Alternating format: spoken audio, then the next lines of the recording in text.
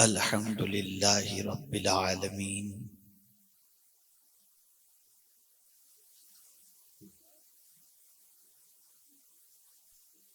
والعاقبۃ للمتقین والصلاة والسلام علی سید الانبیاء والمرسلین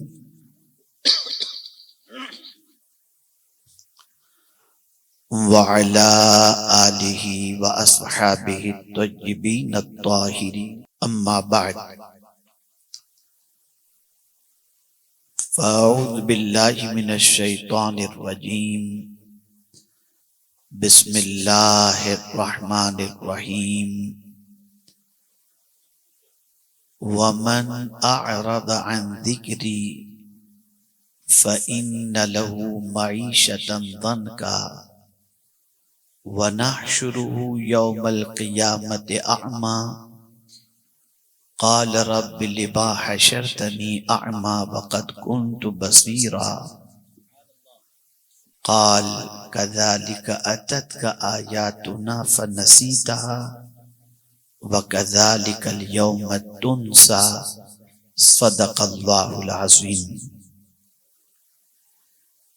قابل قدر سادات کرام، مفتیان کرام، علماء ذوی الاحترام، حاضرین و حاضرات و ناظرین، السلام علیکم ورحمۃ اللہ وبرکاتہ۔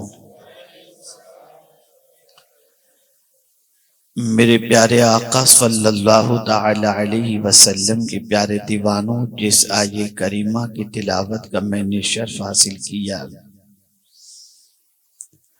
اس سے متعلق کچھ معروضات پیش کرنے سے پہلے آقا کریم رؤوف رحیم علیہ التحیۃ والتسلیم کی بارگاہ بے کس پناہ میں جس طریقے سے میں پڑھاؤں عقیدت و محبت میں ڈوب کر اسی طریقے سے درود و سلام کا نذرانہ پیش کریں۔ الصلاۃ والسلام علیک یا رسول اللہ، الصلاۃ والسلام علیک یا حبیب اللہ،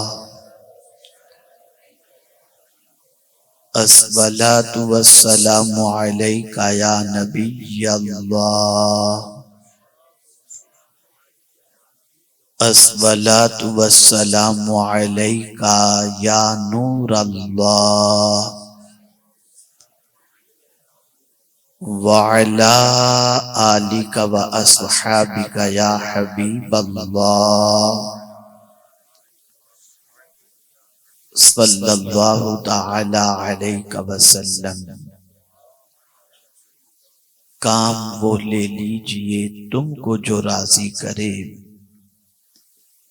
ٹھیک ہو نام رضا تم پہ کروڑوں درود۔ میرے پیارے آقا صلی اللہ تعالی علیہ وسلم کے پیارے دیوانوں، ہم اور آپ اس وقت جامعہ حسینیہ غریب نواز کے 4 بچوں کے دستار حفظ کے پروگرام میں حاضر ہیں، اور کچھ دنوں پہلے جامعہ سکینہ کی 23 بچیوں نے جن کی رضا پوشی ہوئی، وہ علم کے زیور سے آراستہ ہو کر یہاں سے اس ادارے سے نکل کر وہ خواتین جو جہالت کی وادیوں میں بھٹکتی ہیں، ان کے سینے میں علم کی شمع کو روشن کرنے کے لیے یہاں سے زیور علم سے آراستہ ہو کر کے نکلی۔ کبھی ایسا ہوتا ہے کہ انسان بہت کچھ سوچتا ہے کرنے کے لیے لیکن نہیں کر پاتا، لیکن کبھی ایسا ہوتا ہے کہ مولا کچھ کرانا چاہے تو وہ ہو جاتا ہے۔ میں جب سید یاسین باپو صاحب کی کیفیت کو دیکھتا ہوں اور جب ان کے حوالے سے غور کرتا ہوں تو یہ محسوس ہوتا ہے کہ اللہ جس سے چاہے جو چاہے کام لے لے، اور جو کام وہ کر رہے ہیں وہ بہت بڑا کام ہے۔ اللہ تعالیٰ ان کی خدمات جلیلہ کو اپنی بارگاہ میں قبول فرمائے۔ سید غلام یاسین باپو سے پیشتر سلسلے شہبازیہ کے چشم و چراغ کا خطاب آپ نے سماعت فرمایا۔ یقیناً جو کچھ خانوادے سے انہوں نے پایا ہے اس قسم کی باتیں انہوں نے آپ تک پہنچانے کی کوشش کی۔ اللہ رب العزت جل جلالہ ہماری جتنی بھی خانقاہیں ہیں ان کے فیضان کرم کو جاری و ساری رکھے، اور تشنگان علوم اور گناہوں کے دلدل میں ڈوبے ہوئے لوگ اپنی دنیا اور آخرت کو وہاں سے سنوارنے کی کوشش کرتے رہیں۔ میرے پیارے آقا صلی اللہ علیہ وسلم کے پیارے دیوانوں، میں اس وقت آپ کو ایک مرض کا علاج بتانے کے لیے آیا ہوں۔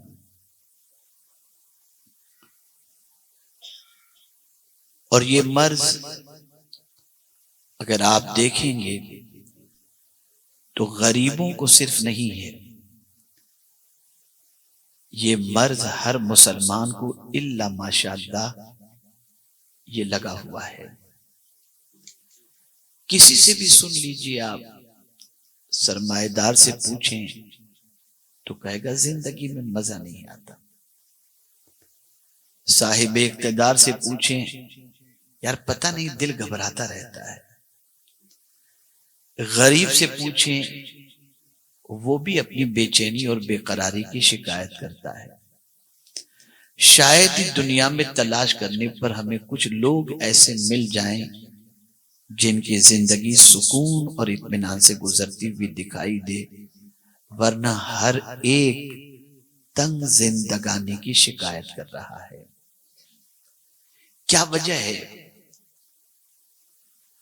ہمارا حال یہ کہ سر میں درد ہو تو ہم چلے جاتے ہیں MRI کرانے کے لیے کہ کاہے کا درد ہے۔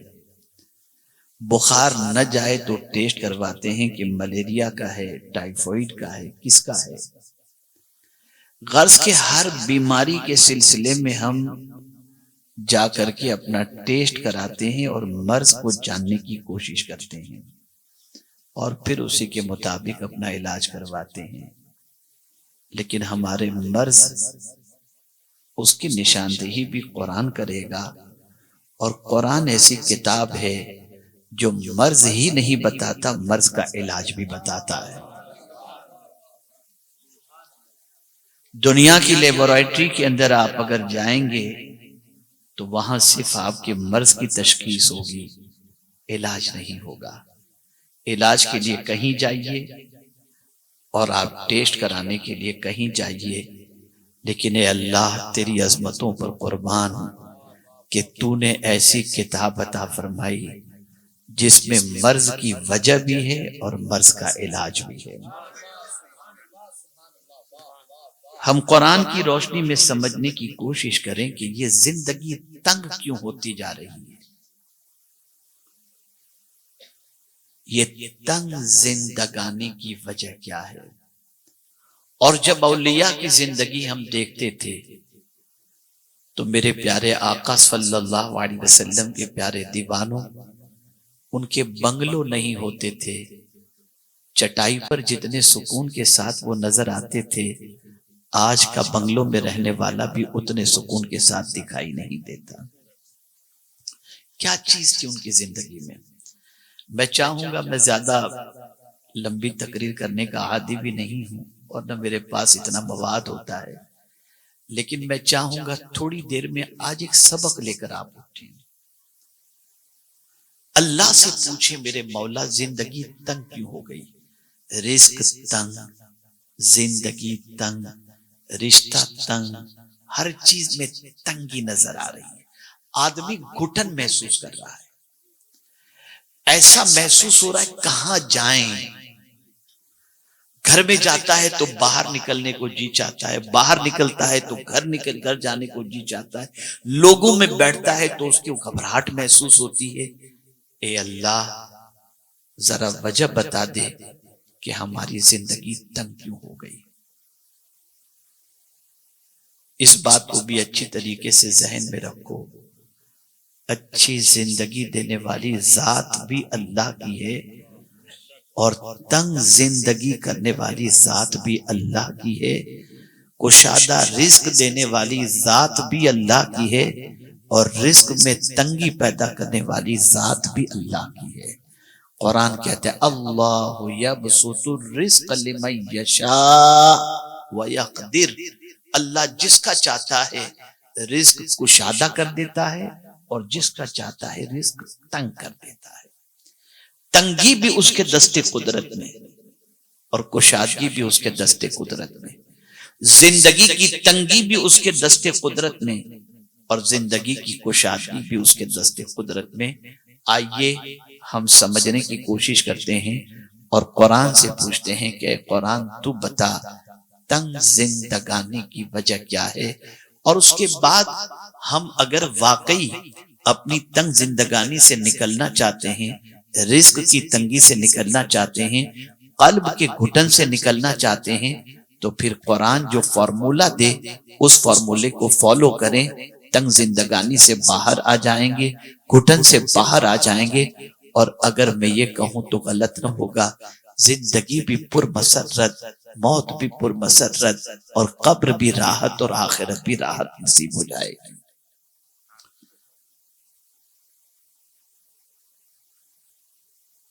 توجہ چاہوں گا، قرآن کہتا ہے وَمَنْ أَعْرَضَ عَنْ ذِكْرِي فَإِنَّ لَهُ مَعِيشَةً ضَنْكًا۔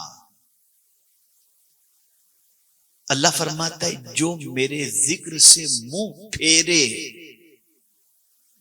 جو میرے ذکر سے منہ پھیرے، میں اس کی زندگانی کو تنگ کر دیتا ہوں۔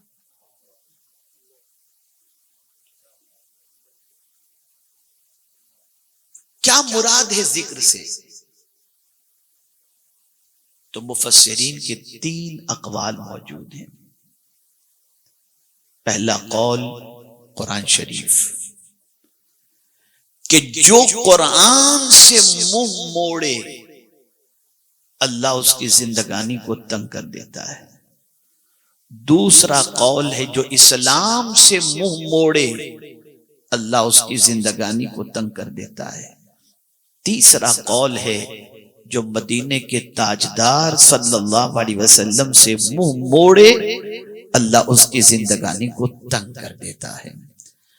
اب قرآن کی روشنی میں یہ بات اچھی طرح سمجھ میں آ گئی کہ ہماری زندگانی کے تنگ ہونے کی وجہ قرآن سے منہ موڑنا ہے۔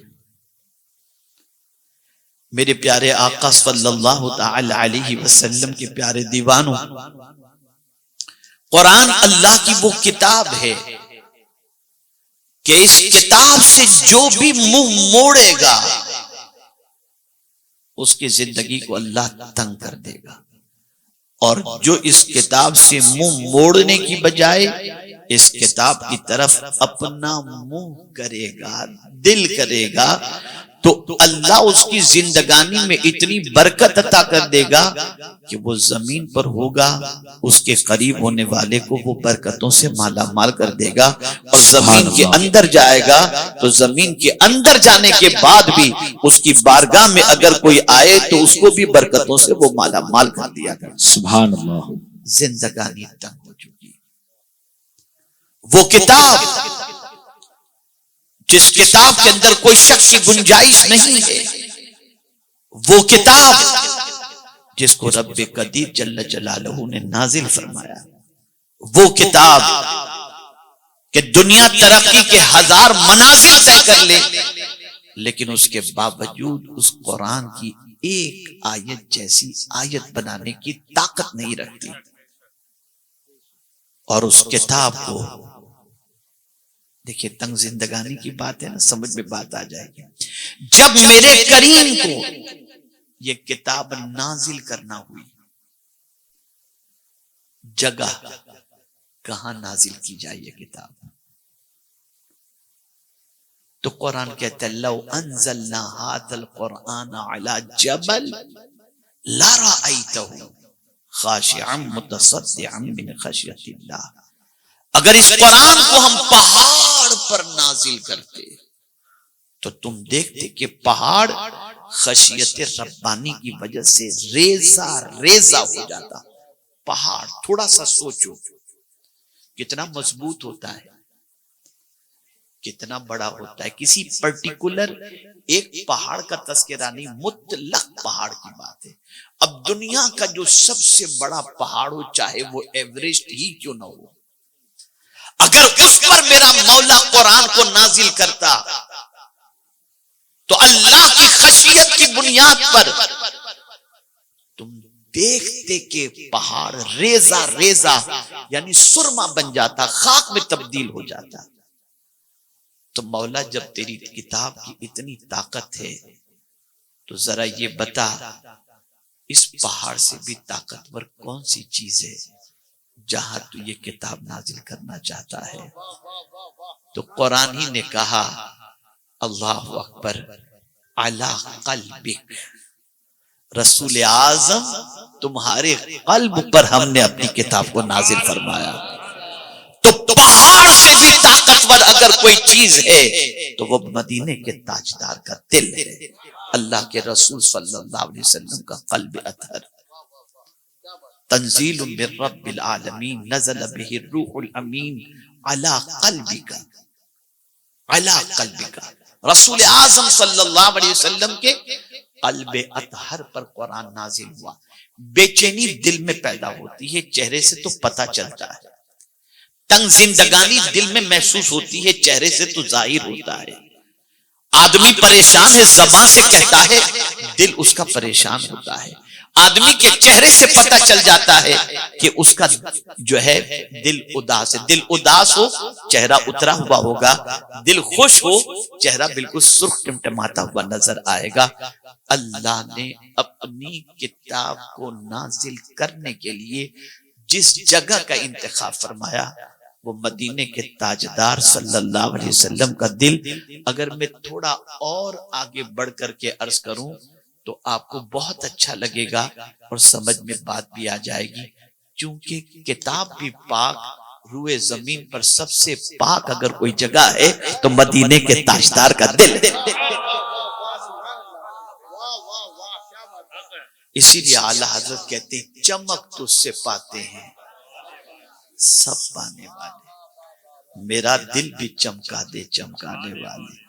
تو جو چاہے تو ابھی میل میرے دل کے دھلے، کہ خدا دل نہیں کرتا کبھی میلا تیرا. حضور کے دل سے زیادہ پاک کوئی دوسری جگہ تھی ہی نہیں جہاں قرآن کو نازل کیا جاتا. اللہ نے نزول قرآن کے لیے قلب مصطفیٰ صلی اللہ علیہ وسلم کا انتخاب کر کے، توجہ چاہوں گا بہت اچھی طرح سے، اللہ نے واضح فرما دیا میرے بندو قرآن کی جگہ سے زبان نہیں، اس کی جگہ دل ہے. جب اس قرآن کو تم اپنے دل میں اتار لو گے تو پھر سمجھ لو زندگی کی تنگی بھی دور ہو جائے گی، رزق کی تنگی بھی دور ہو جائے گی، دنیا کی تنگی بھی دور ہو جائے گی. اسی لیے سلطان الہند عطائے رسول خواجہ خواجہ معین الدین چشتی رحمت اللہ تعالی علیہ ارشاد فرماتے ہیں میرا باغ قرآن ہے. آدمی باغ میں کب جاتا ہے؟ دل بہلانے کے لیے جاتا ہے. اداس ہو تو باغ میں چلا گیا، ٹینشن میں ہے تو گارڈن میں چلا گیا، بہت زیادہ پیسہ ہے تو ایسی جگہ پہ جائے گا جہاں ہریالی ہریالی ہو، ہل اسٹیشن ہو، تاکہ وہاں جانے کے بعد دل بہل جائے۔ طبیب بھی کہتے ہیں جہاں فریش ایئر ملتا ہو، ہریالی ہو، گارڈن ہو، گرینری ہو، وہاں پر تم جاؤ۔ اس لیے آپ شہر کے مالداروں کو دیکھیں گے صبح اٹھ کر وہ گارڈن کے اندر واک کرتے ہوئے نظر آئیں گے، اس لیے کہ ہریالی کی وجہ سے دل کے اندر جو دل کملایا ہوا ہے، مرجھایا ہوا ہے، وہ ہرا ہرا ہو جاتا ہے، اس کے اندر ایک خوشیاں، اس کے اندر جو ہے وہ تنگی دور ہو جاتی ہے۔ سلطان الہند فرماتے ہیں میرا باغ قرآن ہے۔ لوگوں، تم دل بہلانے کے لیے گارڈن میں جاتے ہو اور میں قرآن سے اپنے دل کو بہلایا کرتا ہوں۔ پتہ چلا اگر آپ کے دل کے اندر کوئی تکلیف ہے، آپ کو کوئی تنگی محسوس ہو رہی ہے، کھولو وضو کر کے اللہ کی کتاب کو، ادھر تم پڑھنا شروع کرو گے، دل کی ساری پریشانیاں دور ہوتی چلی جائیں گی، دل کی تکلیفیں دور ہوتی چلی جائیں گی، دل کو اللہ سکون کی دولت سے مالا مال فرما دے گا۔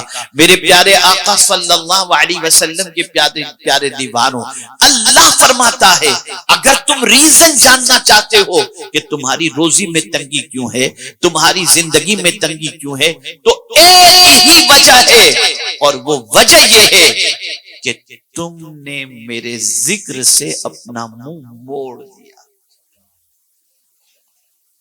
منہ موڑ دیا۔ کتنے گھر ہیں جہاں روزانہ قرآن کھلتا ہے، کتنے دل ہیں جس کے اندر قرآن آج موجود ہے۔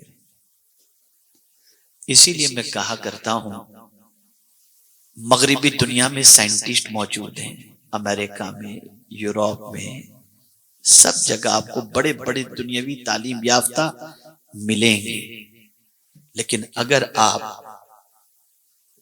گوگل پر جا کر کے سرچ کریں گے کہ سب سے زیادہ ڈپریشن کے شکار اور اسٹریس کے اندر کہاں کے لوگ ہیں، تو آپ کو زیادہ مغربی دنیا کے لوگ ملیں گے۔ ہر چوتھا آدمی ڈپریشن کا شکار، اپنی زندگی سے بیزار اور اپسیٹ زندگی گزارتا ہوا نظر آتا ہے۔ وہاں تو خودکشی اور سوسائڈ کے طریقے ایجاد کیے جاتے ہیں، اس طریقے سے مرنا ہے، اس طریقے سے خودکشی کرنا ہے۔ بہت پتے کی بات عرض کر رہا ہوں، زندگی پر یاد رہنا۔ لاک ڈاؤن کا پیریڈ گزرا، MBA، PhD، M.Com، MSc، یہ سب ڈگری والوں کو ہم نے لاک ڈاؤن کے زمانے میں دیکھا کہ بہت سارے فٹ پاتھ پر سبزی بیچتے ہوئے نظر آئے۔ گھر کیسے چلائیں گے، ڈپریشن میں نظر آئے۔ لیکن خدا کی قسم 10,000 پانے والا ایک حافظ قرآن مجھے ڈپریشن میں نظر نہیں آیا۔ واہ واہ واہ، مجھے نظر نہیں آیا۔ آپ نے کبھی سوچا وہ جو چٹائی پر بیٹھ کر قرآن کو اپنے سینے میں محفوظ کر رہا ہے، وہ ڈپریشن کا شکار کیوں نہیں؟ وجہ سب سے بڑی یہ ہے، جو دل کی تنگی کو دور کر دے وہ قرآن اس کے سینے کے اندر موجود ہے، وہ اللہ کی کتاب اس کے سینے میں موجود ہے۔ میرے پیارے آقا صلی اللہ تعالی علیہ وسلم کے پیارے دیوانوں، اچھی طریقے سے ذہن کے اندر محفوظ کر لیں۔ میں تھوڑا سمجھانا چاہوں گا تاکہ آپ کچھ سبق سیکھ کر کے آج یہاں سے اٹھیں، اور وہ گھر جہاں روزانہ ٹی وی کھلتا ہے اور قرآن کو ادب کی وجہ سے اتنی بلندی پر رکھ دیا گیا کہ غلطی سے بھی ہاتھ نہ لگے، وہ آج سے قرآن کھولنا شروع کریں، اس کی تلاوت شروع کریں۔ میرے پیارے آقا صلی اللہ تعالی علیہ وسلم کے پیارے دیوانوں، قرآن کہتا ہے وَمَنْ أَعْرَضَ عَنْ ذِكْرِي فَإِنَّ لَهُ مَعِيشَةً ضَنْكَ۔ قرآن یہیں تک چپ نہیں ہو جاتا کہ اس کی زندگانی تنگ کر دیں گے، بلکہ اللہ ارشاد فرماتا ہے وَنَحْشُرُهُ يَوْمَ الْقِيَامَةِ أَعْمَى، اور قیامت کے دن ہم ان کو اندھا اٹھائیں گے۔ اللہ، جو اللہ کے ذکر سے منہ موڑے اللہ قیامت میں اس کو اندھا اٹھائے گا تو وہ بندے کیا کہیں گے؟ لما حشرتنی اعمی وقد کنت بصیرا، اے اللہ ہمیں تو اندھا کیوں اٹھا رہا ہے؟ ہم تو دنیا میں آنکھ والے تھے، ہم تو دنیا میں دیکھتے تھے۔ اللہ اکبر۔ پروردگار نے واضح فرما دیا، بدے آنکھ گناہ دیکھنے کے لیے نہیں، میری کتاب دیکھنے کے لیے تجھے دی گئی تھی۔ آنکھ تجھے دی گئی تھی تاکہ تو اس سے میرا ذکر دیکھتا۔ قرآن میرا ذکر ہے، انا نحن نزلنا الذکر وانا له لحافظون۔ آنکھ اس لیے تھی تاکہ تو میری کتاب کا دیدار کرتا اور میں تیری زندگی کو خوشیوں سے لبریز کر دیتا، بھر دیتا۔ اب جب تو نے آنکھ کا حق ادا ہی نہیں کیا تو دنیا میں بھلے سب کچھ تو دیکھتا رہا، لیکن آج تجھے دیکھنے کی توفیق نہیں ملے گی، تجھے آج اندھا کر کے اٹھایا جائے گا۔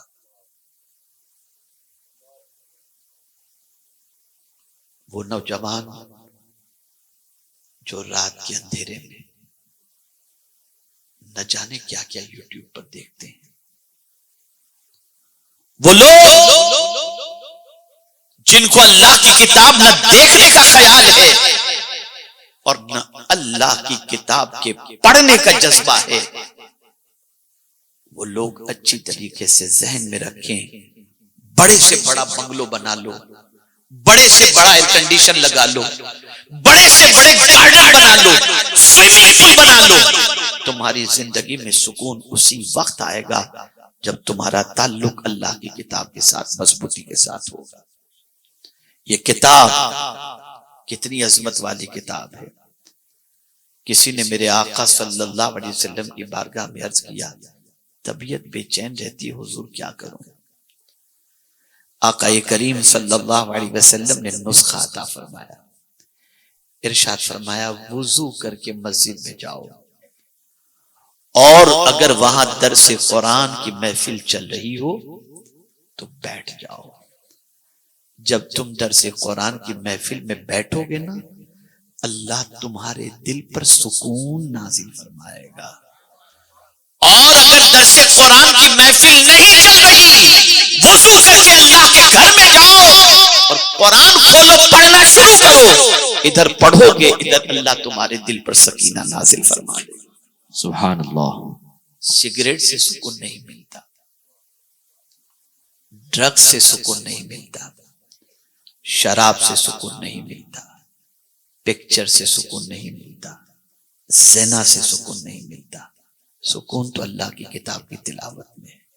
وہ رسول جس پر اللہ نے یہ کتاب نازل فرمائی، اس رسول کو بھی حکم دیا اتلو ما اوحی، جو میں نے تم پر وحی کی ہے اس کی تلاوت کرو۔ تاجدار کائنات صلی اللہ علیہ وسلم بھی اللہ کی کتاب کی تلاوت کرتے، لیکن آج اس عظمت والی کتاب کے خلاف کوئی ایک لفظ بول دے، ہم سر دھڑ کی بازی لگانے کے لیے تیار ہو جاتے ہیں، لیکن روزانہ اپنے گھروں کے اندر قرآن کی بد دعائیں جب ہم لیتے ہیں تو اس کا علاج ہمارے پاس کیا ہے؟ قرآن بد دعا دیتا ہے، اے اللہ تو نے کیسے گھر میں ہم کو رکھا جو کبھی کھول کر ہمیں دیکھتا تک نہیں، جو ہماری تلاوت کو ضروری نہیں سمجھتا۔ مسلمانوں ہوش کے ناخن لو، دل و دماغ کو درست کرو اور اللہ کی کتاب کے ساتھ وہ سلوک نہ کرو جو اس وقت ہو رہا ہے۔ صبح اٹھ کے تمہیں فکر رہتی ہے کہ پہلا واٹس ایپ کا میسج کون سا ہے، دنیا کا میسج تو پڑھتے ہو، کبھی قدرت کا میسج بھی تو پڑھ لیا کرو۔ اللہ کی کتاب میں اللہ کا میسج ہے، اللہ کا پیغام ہے، اس نے تمہیں زندگی گزارنے کی اصول عطا فرمائے، اس نے قانون عطا فرمایا، تمہاری زندگی کی راحتوں کا سامان تمہیں عطا فرمایا۔ میں سمجھتا ہوں روئے زمین پر واحد یہ کتاب ایسی ہے جو سب سے زیادہ پڑھی جاتی ہے، اس سے زیادہ کوئی کتاب نہیں پڑھی جاتی. توجہ چاہوں گا میں اس کتاب کی عظمت پر میں آپ کو بتاؤں تو آپ کی عقل دنگ رہ جائے گی. خدا کی قسم آدمی جو زبان نہیں جانتا اس زبان کی کتاب کو ہاتھ بھی نہیں لگاتا. انگلش نہیں آتی ہم کیا پڑھیں گے؟ کوئی مارکیٹ میں انگلش کی کتاب خریدتے ہوئے نظر نہیں آئے گا. اور اردو جانتے ہیں تو اردو کی کتاب یا گجراتی جانتے ہیں تو گجراتی میں کتاب بھی ایک بار دو بار تین بار پڑھ کر ایسا اوپر رکھ دیں گے یا کسی کو دے دیں گے، اس لیے کہ طبیعت دو چار بار اس کتاب کو پڑھ کر اکتا جاتی ہے. اے کریم تیرے کرم پر قربان کہ تیری کتاب کو جتنا پڑھو کبھی طبیعت اکتاتی ہی نہیں ہے، ہمیشہ لذت ملتی ہے. اسی لیے ماہ رمضان میں کوئی کہتا ہے میں نے 7 قرآن ختم کیے، کوئی کہتا ہے میں نے 3 قرآن ختم کیے، جانتا کچھ بھی نہیں، بسم اللہ کا ترجمہ بھی نہیں جانتا لیکن پڑھ رہا ہے، طبیعت نہیں اگتا رہی. اور ایک بات عرض کروں، اس کی جگہ دل ہے نا. اسکول جانے والا بچہ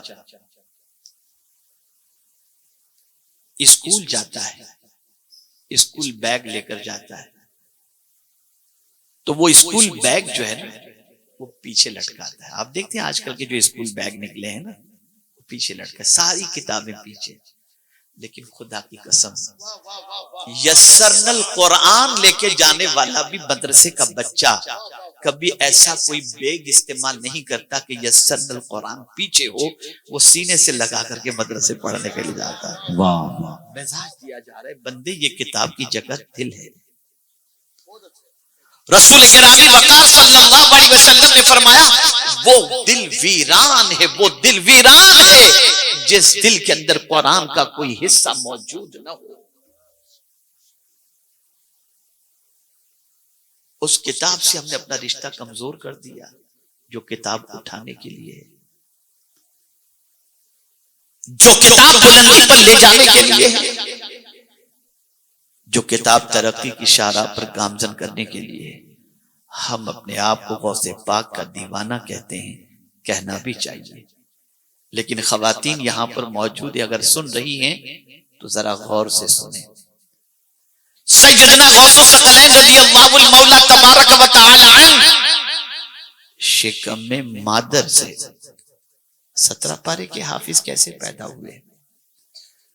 کوئی اندر یاد کرانے تو نہیں گیا تھا نا، لیکن ایک ماں نے پیغام دیا، ایک ماں نے درس دیا کہ بچہ جب تمہارے شکم کے اندر پرورش پا رہا ہو اس وقت اگر تم تلاوت کرو گی نا تو تمہاری قرآن کی تلاوت کا اثر تمہارے شکم میں پرورش پانے والے بچے پر ضرور یہ اثر ہوگا. غوث پاک نے ماں سے قرآن ماں کے پیٹ میں رہ کر کے سنا تو 17 پارے کے حافظ پیدا ہوئے. میں آج ان ماؤں سے پوچھنا چاہتا ہوں تمہارے پاس تو اتنا ٹائم بھی نہیں ہے کہ اپنے بچوں کو وقت دے سکو، اس لیے کہ اب تو بچہ روتا ہے تو کام والی سے کہا جاتا ہے ذرا سنبھالو کیوں رو رہا ہے. اور بعض سرمایہ دار اور دنیاوی تعلیم یافتہ بچیاں تو اگر ان کے گھر بچہ ہو گیا تو راستہ چلیں گی تو بچے کو کام والی کے ساتھ کر کے اس طرح سے چلیں گی کہ بچہ غلطی سے بھی امی کہہ کر نہ پکارے، ورنہ وہ کنواری نہیں سمجھی جائے گی، شادی شدہ سمجھی جائے گی. یہ دور ہے. اب تو دودھ پلانا بھی چھوڑ دیا ہے ماؤں نے، اب تو دودھ نہیں پلاتی، فگر خراب ہو جائے گا. جب تم بچے کا حق جو قدرت نے تمہارے لیے متعین کیا ہے اگر تم اس کا حق ادا نہیں کرو گی تو یہ بڑا ہو کر تمہارا حق کہاں سے ادا کرے گا؟ 2 سال تک دودھ پلانا یہ اس کا حق ہے، یہ قرآن نے حق دیا ہے. 2 سال تک ماں کی ذمہ داری ہے اپنے بچے کو دودھ پلائے.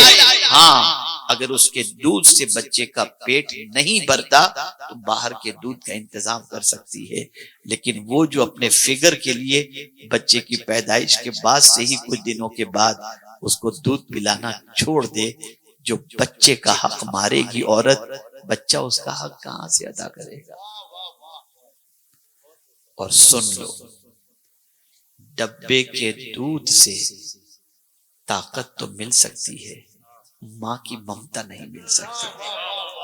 واہ واہ واہ۔ ماں جب اپنے بچے کو سینے سے لگا کر دودھ پلاتی ہے، اس وقت سچویشن یہ ہوتی ہے وہ دودھ ہی نہیں پلا رہی، اپنی محبت بھی پلا رہی ہے، اپنا اخلاق بھی پلا رہی ہے، اپنے سینے سے چمٹا کر اسے وہ پیار دے رہی ہے جو دنیا کا کوئی انسان وہ پیار اسے نہیں دے سکتا۔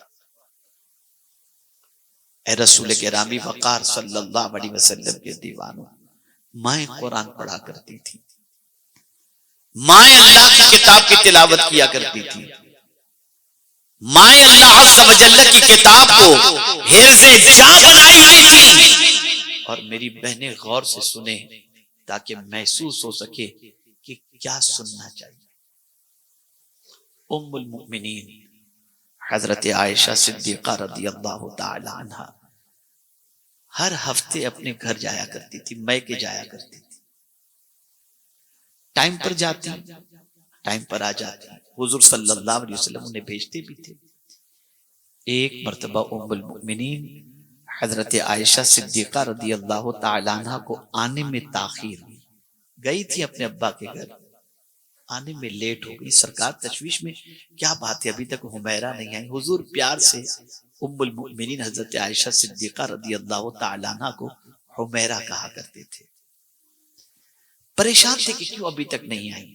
کافی دیر کے بعد وہ آئیں، تو جب آئیں تو رسول اعظم صلی اللہ علیہ وسلم نے فرمایا عائشہ کیا بات ہے، حمیرہ کیا بات ہے، آج آنے میں تاخیر ہو گئی۔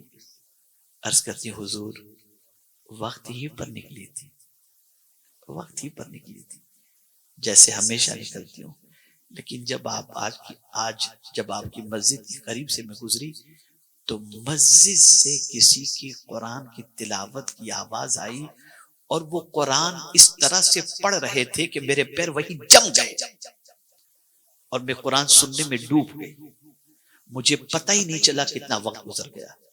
پھر خیال آیا تو میں آ گئی۔ سرکار نے فرمایا حمیرہ بتاؤ کون پڑھ رہے تھے، جانتے ہو؟ کہا نہیں حضور جانتی تو نہیں، لیکن بہت اچھی آواز تھی، بہت اچھے انداز میں قرآن پڑھ رہے تھے۔ سرکار صلی اللہ علیہ وسلم گئے اور جا کر دیکھا تو قرآن پڑھنے والے غلام تھے، حضرت سالم رضی اللہ تعالی عنہ، وہ تلاوت کر رہے تھے۔ آپ ذرا سوچیں، پہلے کی خواتین قرآن سننے کے لیے رک جاتی تھی، اور آج قرآن چل رہا ہو تو خواتین کہتی ہیں بند کرو کوئی سیریل لگا دو۔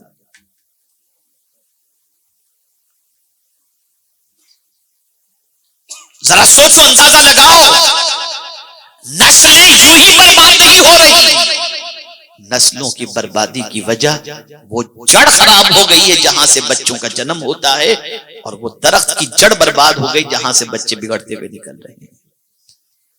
اور یہی وجہ ہے کہ دنیا کے اندر جتنی بھی بے حیائی کو فروغ دیا جاتا ہے، اس کے لیے جن کی فوٹو کا استعمال ہوتا ہے وہ مرد کا نہیں، عورتوں کا استعمال ہوتا ہے۔ وجہ سب سے بڑی یہ ہے کہ اگر یہ بگڑ گئی تو پھر اچھا پروڈکشن ہوگا ہی نہیں، نسلیں خراب نکلنی شروع ہو جائیں گی۔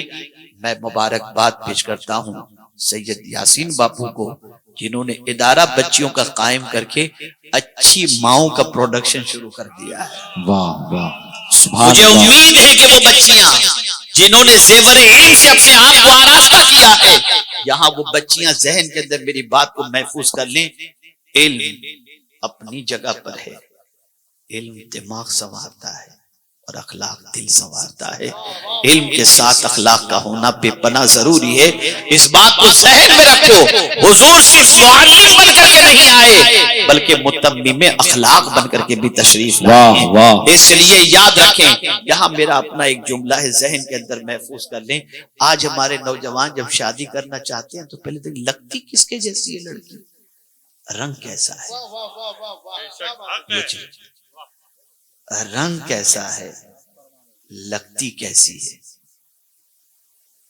یہ نہیں دیکھتے کہ کردار کیسا ہے، یہ نہیں دیکھتے کہ اخلاق کیسا ہے۔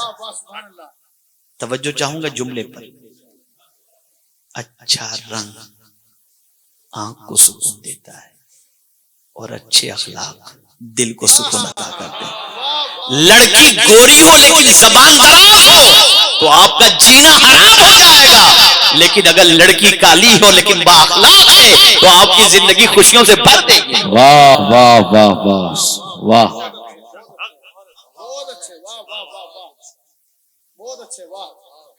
آج اخلاق سنوارنے کی ضرورت ہے، آج کردار سنوارنے کی ضرورت ہے، آج دلوں کی زندگی میں انقلاب پیدا کرنے کی ضرورت ہے. مصطفیٰ جان رحمت صلی اللہ تعالی علیہ وسلم کی محبت کا چراغ سینے میں روشن کرنے کی ضرورت ہے. تاجدار کائنات صلی اللہ تعالی علیہ وسلم کے اخلاق پر عمل کرنے کی ضرورت ہے. اللہ اکبر. میرے پیارے آقا صلی اللہ علیہ وسلم کے پیارے دیوانوں، حضور نے رضائی بہن کے ساتھ کیسا سلوک کیا، رضائی ماں کے ساتھ کیسا سلوک کیا، ذرا دیکھیں آپ تو آپ کو پتہ چلے گا. شیما جو سرکار صلی اللہ علیہ وسلم کی رضائی بہن تھی، گرفتار کر کے کہیں سے لایا گیا ان کو. انہوں نے کہا تم مجھے کہاں گرفتار کر کے مجاہدین سے کہاں لے کے جا رہے ہو؟ محمد صلی اللہ علیہ وسلم تو میرے بھائی ہیں. انہیں حیرت ہوئی کہ سرکار صلی اللہ تعالی علیہ وسلم کی تو کوئی بہن نہیں، یہ بہن کہاں سے آ گئی؟ انہوں نے کہا چلو تمہیں حضور کے پاس لے کر چلتے. حضور کے پاس لے کر آیا گیا. اللہ اکبر. قیدی بن کر لائی گئی، اسلام قبول نہیں کیا، قیدی بن کر لائی گئی. جانتے ہیں آپ سرکار صلی اللہ علیہ وسلم سے انہوں نے کہا کہ میں آپ کی بہن ہوں، رضائی بہن. رضائی بہن اس کو کہتے ہیں کہ ایک ماں کا دودھ اگر یعنی کہ دونوں یعنی جو بچے ہوتے ہیں انہوں نے بھی پیا ہو اور دوسروں نے بھی جو بچے نہیں ہیں لیکن انہوں نے بھی دودھ پیا تو دودھ پیتے بھائی جو ہے نا، بھائی بہن بن جاتے ہیں رضائی. اب آپ دیکھیں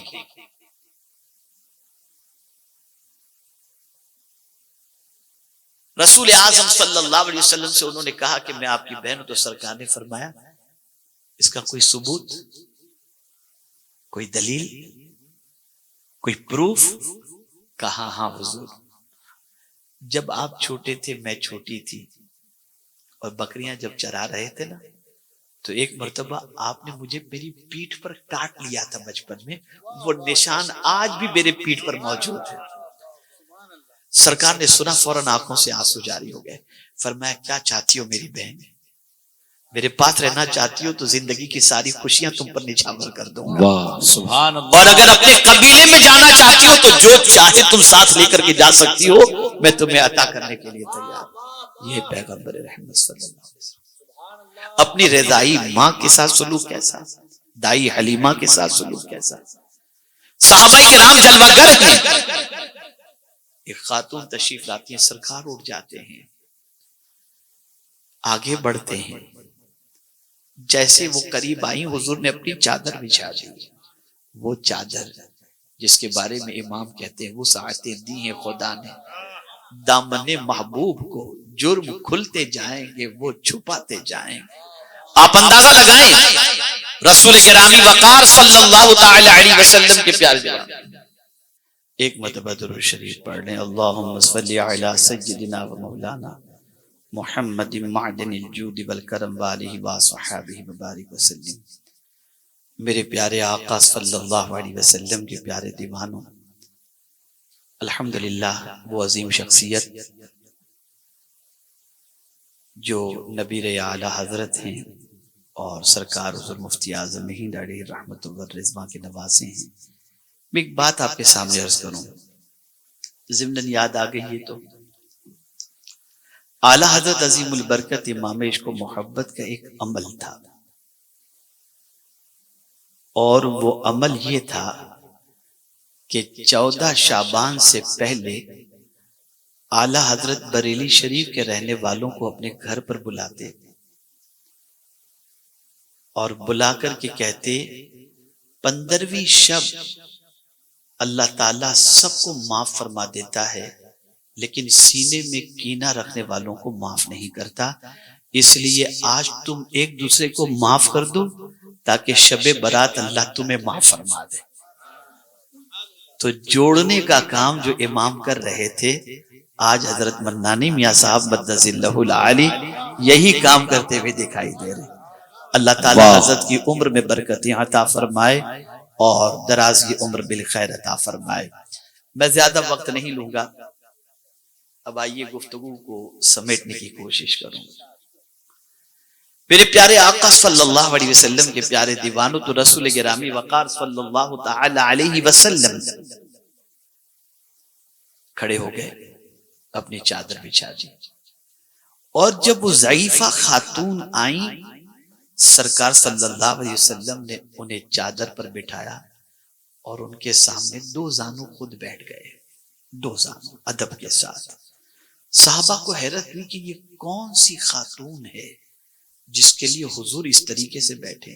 کافی دیر دونوں کی گفتگو ہوئی، پھر اس کے بعد وہ روانہ ہوئی، سرکار دور تک چھوڑنے کے لیے گئے۔ صحابہ نے حضور سے پوچھا، یا رسول اللہ صلی اللہ تعالی علیہ وسلم، یہ ضعیفہ خاتون کون تھی جس کے لیے حضور نے اپنی چادر بچھا دی اور دو زانو ادب سے ان کے سامنے بیٹھ گئے؟ سرکار نے فرمایا، یہ میری ماں حلیمہ سعدیہ تھی۔ تو مفسرین اور حدیث کی تشریح کرنے والے شارح فرماتے ہیں، جب دودھ پلانے والی ماں کا حضور اتنا احترام کرتے، اگر آمنہ تشریف لاتی تو سرکار کتنا احترام کرتے۔ آپ اندازہ لگائیے۔ اے رسول گرامی وقار صلی اللہ علیہ وسلم کے پیارے دیوانوں، تو عرض یہ کر رہا تھا، قرآن، جو لوگ قرآن سے منہ موڑیں گے، قرآن کہتا ہے وَنَحْشُرُهُ يَوْمَ الْقِيَامَةِ أَعْمَى، قیامت کے دن ہم ان کو اندھا اٹھائیں گے۔ اب یہ جو تنگ زندگانی کی بات ہے، وَمَنْ أَعْرَضَ عَنْ ذِكْرِي فَإِنَّ لَهُ مَعِيشَةً ضَنْكَ، اس کے بارے میں مفسرین کے 5 قول موجود ہیں۔ پہلی چیز، تنگ زندگانی سے کیا مراد؟ تو تنگ زندگانی سے مراد یہ ہے، رزق سے برکت ختم ہو جائے گی، عمر سے برکت ختم ہو جائے گی، سکون سے برکت ختم ہو جائے گی، اور زندگی اس کے اوپر بوجھ بن جائے گی، اور وہ اپنی زندگی کو کڑ کے گزارتا ہوا نظر آئے گا۔ پہلی چیز۔ دوسری چیز، تنگ زندگانی سے مراد جو ہے، اس کی قبر کو اللہ تنگ کر دے گا۔ یعنی جو قرآن سے منہ موڑتا ہے، صرف اس کی دنیا کی زندگی تنگ نہیں بلکہ قبر کی زندگی بھی تنگ ہو جائے گی۔ حدیث مبارکہ میں ہے کہ اس طرح سے قبر اسے دبوچے گی کہ دائیں جانب کی پسلیاں بائیں جانب اور بائیں جانب کی پسلیاں دائیں جانب ہو جائے گی، اس کی قبر بھی تنگ ہو جائے گی۔ اسی کے ساتھ ساتھ اس کو جو سب سے بڑا نقصان ہوگا وہ یہ ہوگا کہ عبادت اس کے لیے تنگ کر دی جائے گی، یعنی وہ عبادت میں اس کو لذت نہیں ملے گی، عبادت سے بھاگے گا، وہ ذوق بندگی سے محروم ہو جائے گا۔ کیا یہ بات اپنی جگہ سچ نہیں ہے کہ آج کے مسلمان پر عبادت بوجھ بنتی نظر آ رہی ہے؟ اور اسی کے ساتھ ساتھ فرمایا گیا، آخرت بھی اس کے لیے تنگ کر دی جائے گی۔ میرے پیارے آقا صلی اللہ علیہ وسلم کے پیارے دیوانوں، اس لیے ضرورت اس امر کی ہے کہ اللہ کی کتاب سے منہ مت موڑو۔ یہ آرڈینری کتاب نہیں ہے، یہ بہت عظمت والی کتاب ہے۔ اس کتاب سے اپنے رشتے کو مضبوط کرو، اور ماہ رمضان المبارک جو قریب سے قریب ترے، اللہ ہم سب کو نصیب فرمائے۔ اس ماہ مبارک میں، آنے والے ماہ مبارک میں، قرآن مقدس کی تلاوت اس نیت سے شروع کرو کہ مولا میری پرماننٹ قرآن کی تلاوت کی عادت بن جائے۔ اللہ رب العزت جل جلالہ، آقا کریم رؤوف الرحیم علیہ التحیۃ والتسلیم کے صدقہ و طفیل مجھے، آپ کو، سب کو قرآن سے اپنے تعلق کو مضبوط کرنے کی توفیق نصیب فرمائے، قرآن کی تعلیمات پر عمل کی توفیق نصیب فرمائے، قرآن کی گائیڈ لائن کو فالو کرنے کی توفیق نصیب فرمائے، اور پروردگار اس کتاب کے ذریعے دونوں جہاں میں ہمیں شفا نصیب فرمائے۔ وما علینا الا البلاغ المبین۔ السلام علیکم ورحمۃ اللہ وبرکاتہ۔